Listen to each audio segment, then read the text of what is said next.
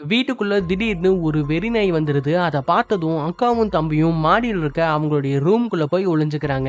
திடீர்னு வீட்டுக்குள்ள எப்படி இந்த வெறி நாய் வந்தது அப்படின்னா, கொஞ்ச நேரத்துக்கு முன்னாடி அவங்க தாத்தா பயன்படுத்தக்கூடிய ஒரு ரெக்கார்டிங் பாக்ஸ் இருக்கும். அந்த பாக்ஸ் கிட்ட இவங்க 2 பேருமே அவங்களோட பயத்தை ஷேர் பண்ணியிருப்பாங்க.